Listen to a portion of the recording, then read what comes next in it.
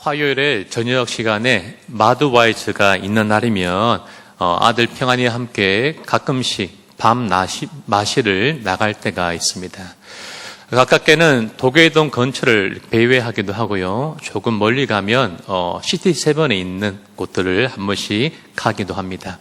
하루는 이 마드와이즈 시간에 아들 손 붙잡고 시티7에 있는 아트박스라는 곳을 가게 되었습니다. 아들에게 가고 싶은 거 다 사줄게, 뭐 살래? 라고 물어보았더니 그 가게 가장 앞에 있던 한 물건을 선택했습니다. 그것은 앞에 있는 화면에 있는 것처럼 키캡이라는 것, 키캡 키링이라는 물건이었습니다. 저도 잘 몰랐는데 집에 와서 해보니까 마치 키보드처럼 이렇게 소리가 크게 나기도 하고 타격감도 있고 반짝반짝 불빛이 났습니다. 그냥 이렇게 막 만지니까 스트레스가 절로 풀리는 그런 쾌감이 있는 그런 작은 게임 도구였던 것입니다.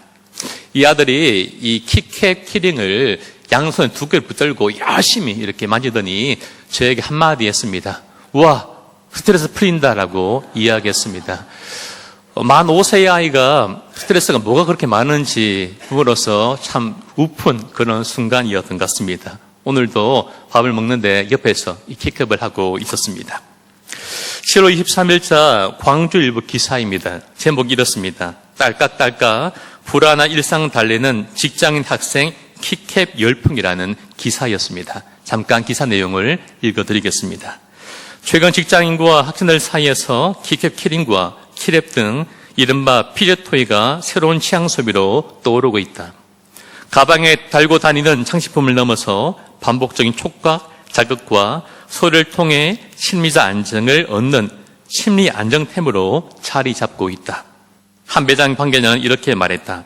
요즘은 키랩 키링이나 스퀴즈 같은 제품이 하루 관련 매출의 절반 이상을 차지할 정도라고 학생과 20대 손님들이 가장 많이 찾는다라고 합니다. 전문가들이 이렇게 말합니다.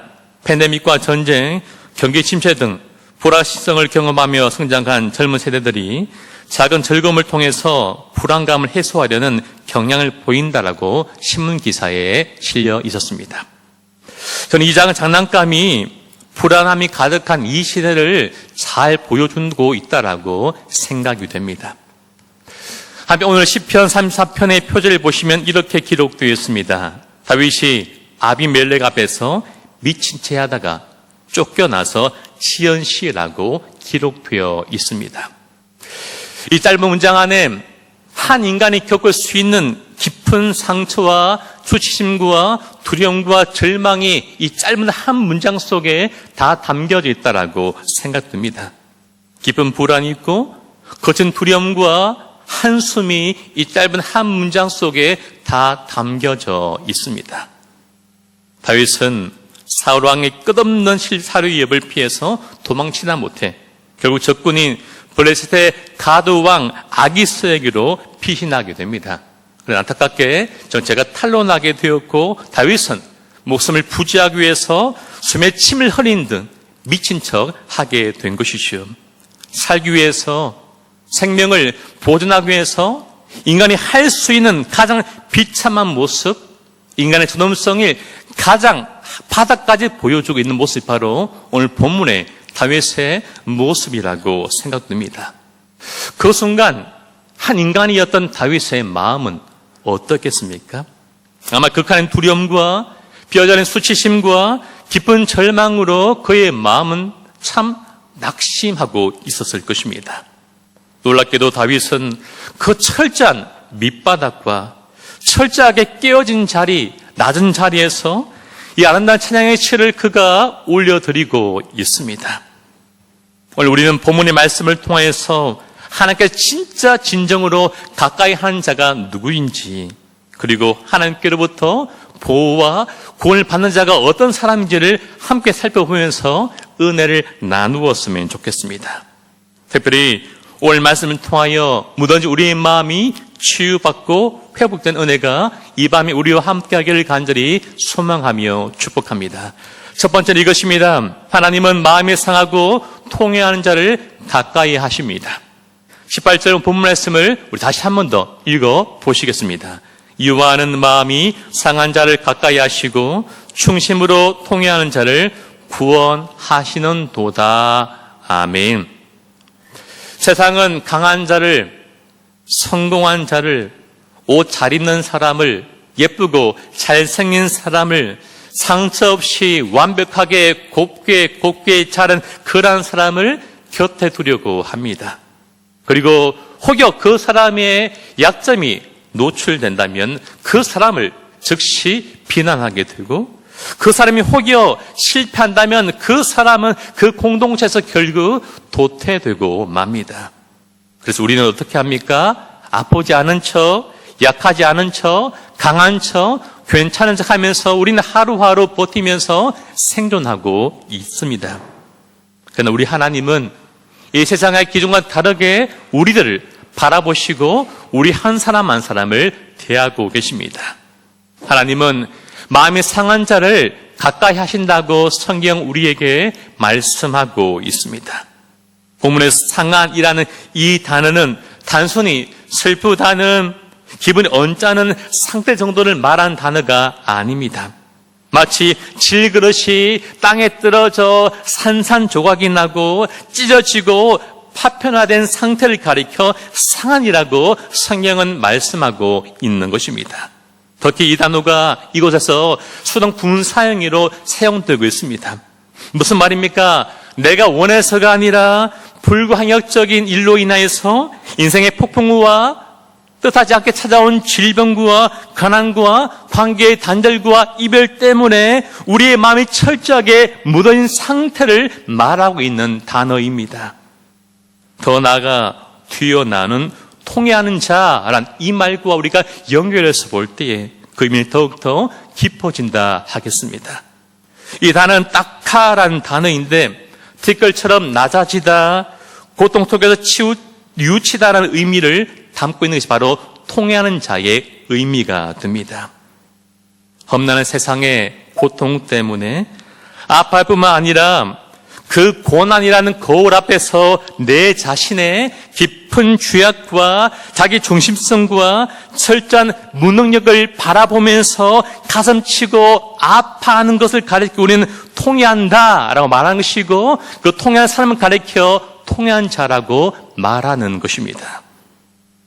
내 내면에 숨겨져 있던 영적인 빈곤함과 부패함을 깨닫고 스스로 구원할 수 없는 절망 속에서 주님을 바라보는 모습을 가리켜 통회한다라고 성경은 말씀하고 있습니다. 우린 베드로를 참 잘 알고 있습니다. 베드로는 다른 사람은 다 주를 버리고 다 떠나도 저는 끝까지 주님을 따르겠습니다라고 호언장담했던 사람, 그가 바로 베드로입니다. 그러나 십자가 위기 앞에서 그의 호언장담은 한순간에 무너지고 부서지게 되었습니다. 어린 여종 앞에서 베드로는 두려움 때문에 예수님을 저주하고 말았던 것입니다. 그리고 닭 울음소리를 듣고 밖으로 뛰쳐나가서 팀이 통곡하던 베드로의 그 무너져버린 마음, 자신의 위선과 비겁함을 적나라하게 그가 직면하고 오히려 했던 그 마음이 바로 오늘 시편에 말하는 상하고 통회한 마음이다라고 할 수 있겠습니다. 부활하신 예수님은 베드로를 어떻게 대하셨습니까? 그 실패한 제자 베드로를 찾아가 정죄하거나 책망하지 않으셨습니다. 오히려 숯불을 피우시고 조반을 먹이시면서 그 상처 깊은 내면의 아픈 것을 직접 만져주시고 회복시켜 주셨습니다. 하나님께서 가까이 하신다라는 이 단은 단지 위치적으로 가까운 정도가 아니라 그의 모습과 허물과 죄와 상처를 다 끌어안는 것, 있는 모습으로 그대로 다 받아들이고 수용한다는 뜻이 담겨져 있는 것이 바로 가까이 한다는 것의 의미입니다. 예수님은 갈대 같은 이 베드로를 꺾지 않으시고 포기하지 않으시고 그를 있는 모습 그대로 끌어안으시며 용서하여 주셨던 것입니다. 미국의 영적 거장이 A.W. 토저는 이렇게 말했습니다. 하나님은 어떤 사람을 크게 쓰시기 전에 반드시 그를 깊이 상심하게 하시고 철저히 깨뜨리신다라고 그런 의미로 말하였습니다. 오늘 기도에 잘 나오신 모든 성도님 여러분, 혹여 한 주 동안 살아오시면서 지난 즐거운 동안 지내오시면서 실패를 경험하셨습니까? 주의 육 앞에서 또다시 넘어지지는 않으셨습니까? 내 안에 선한 것 하나 없음을 깨닫고 영적으로 절망하고 있지는 않으십니까? 이제 우리 깨어진 그 마음들을 숨기지 말고 있는 모습 그들 하나님 앞에 나아가 내려놓는 복된 밤이 되길 간절히 소망하고 축복합니다. 우리의 철저한 무너짐과 깨어짐과 실패야말로 가장 우리 인생의 큰 치유자 되신 주님의 임재를 경험하는 통로가 됨을 믿으시기를 축복합니다. 하나님 앞에서 우리가 철저하게 낮아지고 깨어져서 우리의 상한 마음을 주께 드리는 이 밤과 우리 모두가 다 되기를 예수님 이름으로 간절히 소망하며 축복합니다. 두 번째 난 은혜는 이것입니다. 하나님 용서받은 의인을 보호하시고 구원하여 주십니다. 우리가 20편, 34편을 15절부터 일단 내려가다 보면 하나님께서 특별히 주목하시는 대상 우리가 발견하게 됩니다. 어떤 사람입니까? 바로 의인입니다. 15절 보시겠습니까? 여호와의 눈은 의인을 향하시고 그의 귀는 그들의 부르짖음에 기울이시노다. 17절입니다. 의인의 부르짖음에 여호와께서 들으시고 그들의 모든 환난에서 건지셨도다라고 말씀하고 있습니다. 그렇다면 성경이 말하는 의인은 누구를 말하는 것입니까? 도덕적으로 흠결이 전혀 없고 태어나서 죄 한번 짓지 않은 그런 사람을 의인이라고 말하는 것입니까? 그렇지 않습니다. 성경이 말씀하는 진짜 의로운 사람은 자신의 죄악을 깨닫고 예수님 십자가 대속의 은혜를 믿어서 회개함으로 하나님께 용서받아 의롭다 칭함받는 그 사람을 가리켜 성경은 의인이다라고 말씀하고 있습니다. 앞서 말씀드린 이 18절의 사고 통회하는 자가 바로 이 의인의 진정한 모습이다라고 생각이 됩니다. 다윗은 우리가 알다시피 아주 용서받지 못할 치명적인 죄를 지은 사람, 그가 바로 다윗이었습니다. 그러나 그는 고통 속에서도 자신의 죄를 숨기지 않고 있는 모습 그대로 엎드려 침상을 젖히면서 간절하게 통회하며 회개하며 하나님께 나아갔던 사람, 그가 바로 다윗이었습니다. 그러므로 진정한 의라는 것은 한 번도 안 넘어진 사람이 아니라 넘어지고 또 넘어졌지만 그때마다 내 자신의 힘을 의지하지 않고 즉시 십자가의 보혈을 의지하여서 다시 일어난 그 사람이 바로 의인이다라고 하겠습니다. 더 나아가 세상의 불의와 타협하지 않고 하나님의 말씀을 지키기 위해서 선을 행하면서 고난받기를 두려워하지 않는 그 사람이 바로 의인인 것입니다. 그러나 여기서 한 가지 깊은 신앙의 딜레마에 빠지곤 합니다. 그래서 바로 19절입니다. 의인은 고난이 많으나 여호와께서 그의 모든 고난에서 건지시는도다라고 말씀하십니다. 하나님의 자녀된 우리의 삶에 때로 눈물 마를 날이 없고 고난이 끊이지 않는 이유가 무엇입니까? 왜 우리 하나님은 우리의 문제와 아픔과 고통을 즉시 바로 잡아주지 않고 즉시 해결해 주지 않으시는 것입니까? 우리 예수님을 잘 믿는다고 해서 결코 병에 걸리지 않거나 사업이 무조건 대박 나는 것이 아닙니다. 교회 생활 철저히 한다고 해서 입시와 취업에 성공하는 것도 절대 아닌 것 같습니다. 때로 성도에게도 고난 동일하게, 아니 때로는 더 가혹하게 우리 인생과 우리 자녀들 앞에 찾아오기도 합니다. 그러나 세상 사람들과 우리의 결정적인 차이가 한 가지 있습니다. 그것이 무엇입니까? 세상의 고난은 그 자체가 맹목적이고 파괴적이지만 하나님 안에 있는 우리의 고난은 분명한 목적이 담겨져 있다라는 것입니다. 그리고 반드시 끝이 정해져 있습니다. 그리고 그 끝에는 하나님 완전한 건져내신 구원과 용서가 그 속에 담겨져 있습니다. 찬송가 338장 내 주를 가까이 하게 함은 이렇게 찬양합니다. 내 주를 가까이 하게 함은 십자가 짐 같은 고생이나 내 일생 소원은 늘 찬송하면서 주께 더 나가기 원합니다라고 찬양하고 있습니다. 고난이라는 우리의 십자가는 우리 높아진 자아를 낮추고 깎아내리며 세상에 두었던 우리의 헛된 소망들을 끌어내면서 오직 영원하신 하나님만을 바라보게 하는 바로 은혜의 통로이며 축복의 통로임을 믿으시길 축복합니다. 하나님은 그 고난 자체를 면제해 주신 것이 아니라 그 고난 한가운데서 우리와 여전히 함께 하시면서 우리를 지키시고 보호하여 주시며 끝내는 우리 인생을 구원하여 주십니다. 우리 모두는 20절의 약속을 굳게 붙잡아야 합니다. 우리 20절 말씀 함께 읽도록 하시겠습니다. 그의 모든 뼈를 보호하시며 그 중에서 하나도 꺾이지 아니하도다. 아멘. 이 말씀은 궁극적으로는 십자가 위에서 뼈가 꺾이지 않으신 예수 그리스도를 예표하는 말씀입니다. 동시에 하나님의 자녀들을 향한 철저한 보호하심에 대한 말씀이기도 합니다. 비록 우리의 마음이 찢어지고 삶의 형편이 어려워질지라도 하나님은 우리 구원이라는 가장 핵심적인 뼈대는 세상의 어떠한 세력도 그 누구도 그 환난도 그 인생의 고난도 결코 꺾지 못하고 완전하게 완벽하게 지키시고 보호하여 주십니다.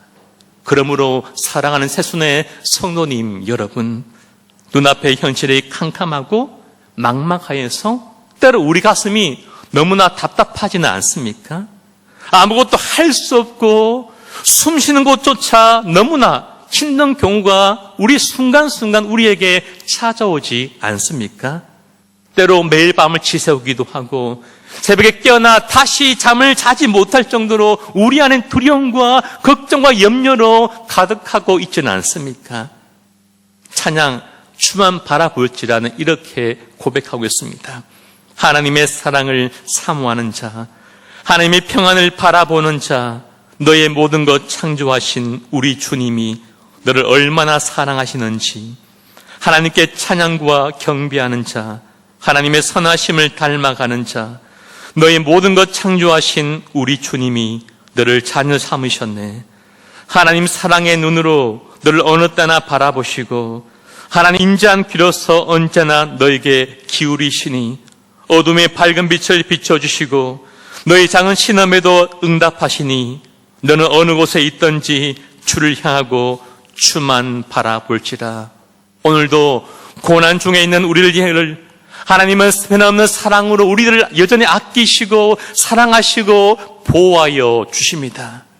사랑의 눈으로 우리 모두를 한결같이 바라보시고 우리 모든 아픈 소리에 귀를 기울여 주십니다. 어둠에 밝은 빛을 비춰주시고 우리 기도에 응답하시는 하나님만 바라보시면서 의지함으로 구원받는 우리 모두가 다 될 수 있기를 예수님 이름으로 간절히 소망하며 축복합니다. 마지막한 은혜는 이것입니다. 하나님을 피난처로 삼는 자는 결코 정죄함을 받지 않습니다. 우리 마지막으로 22절 말씀을 함께 읽어 보시겠습니다. 여호와께서 그의 종들의 영혼을 속량하시나니 그에게 피하는 자는 다 벌을 받지 아니하리로다. 아멘. 여러분, 악인은 결국 자신의 악한 행실로 인해서 심판받고 멸망받게 될 것입니다. 그러나 여호와의 종들, 하나님만의 피난처로 삼고 그 품에 안긴 자들은 영혼의 속량을 받게 될 것을 성경 우리에게 말씀하고 있습니다. 속량이 무엇입니까? 누군가 내 죗값을 대신해서 우리를 노예 상태에서 해방시켜 주시고 죄를 주신 걸 가리켜 우리는 속량이라고 말합니다. 예수님이 우리 모두를 죄에서 속량하여 주셨습니다. 그 결과가 무엇입니까? 그에게 피하는 자는 다 벌을 받지 아니하리로다라고 말씀하고 있습니다. 하나님께 피하는 자는 결코 정죄함 받지 않습니다. 사도 바울은 로마서 8장 1절에서 이 진리를 이렇게 선포하고 있습니다. 그러므로 이제 그리스도 예수 안에 있는 자에게는 결코 정죄함이 없나니라고 말씀하셨습니다. 우리 모두를 가장 괴롭히는 것은 무엇입니까? 우리 외부에 있는 환경이 아니라 우리 내면에 끊임없이 들려오는 정죄의 목소리가 우리를 너무나 힘들게 하는 순간이 많은 것입니다. 사탄은 우리의 과거의 실수와 은밀한 죄와 그리고 내 자신의 모습을 부족함을 덜쳐내면서 네가 그러고도 성도인지, 네가 그러고도 직분자인지, 네가 그러고도 목사인지 넌 구원 받을 자격이 없다라고 우리 마음을 수없이 무너뜨리려고 합니다. 그러나 십자가 안에서, 십자가 위에서 우리 모두를 사랑으로 품어주시고 용서하시고 성령하여 주신 우리 주님은 오늘 우리 모두를 향해서 너는 내 사랑 아들이다 딸이다 라고 말씀하시면서 내가 결코 너에게 저를 묻지 않겠다라고 우리에게 말씀하십니다. 오늘 다윗은 한 나라의 왕 앞에서 미친 채 하면서 자신의 얄팍한 처자의 술로서 위기를 모면하려 했던 자신의 과거를 깊이 회개하고 있습니다. 인간적인 방법이나 세상의 권력은 결코 우리의 진정한 피난처가 될 수 없음을 다윗이 철저하게 깨달았던 것입니다. 말씀을 맺도록 하겠습니다. 마음이 상한 자리라는 찬양 우리 알고 계시죠? 이렇게 찬양합니다. 마음이 상한 자를 고치시는 주님, 하늘의 아버지 날 주관하소서. 주의 길로 인도하사 자유케 하소서. 새 일을 행하사 부흥케 하소서. 의에 줄이고 목이 마르니 성령의 기름 부으소서. 의에 줄이고 목이 마르니 내 잔을 채워 주소서. 이 찬양의 고백이 오늘 다윗의 고백이 우리 인생의 고백 되기를 간절히 소망하며 축복합니다. 그리고 오늘 수 기도의 자리가 고단하고 상처 입은 우리들의 영혼이 쓸 수 있는 아버지의 품이 되고 우리 참내 피난처가 될 수 있기를 간절히 축복합니다.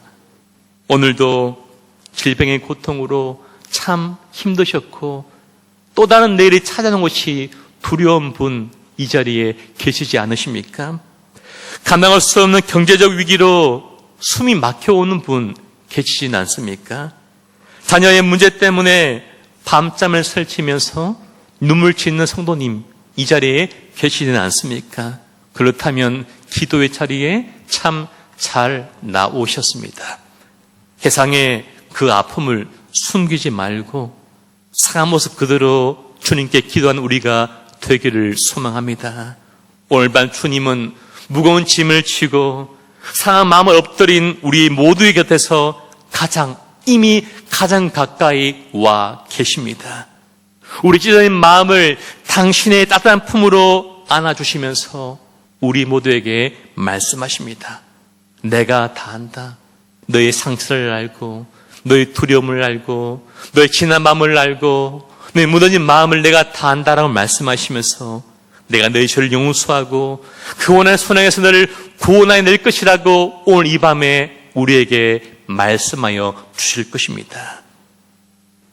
오늘 주님의 이 말씀을 듣고 짓눌렸던 우리의 영혼이 속량함을 받게 되고 어떠한 시련과 고통이 와도 우리의 뼈를 꺾이지 않도록 지켜주신 하나님의 보호하심과 그 은혜를 깊이 있게 충만하게 경험하는 복된 기도의 시간, 기도의 자리가 되기를 예수님의 이름으로 간절히 소망하며 축복합니다.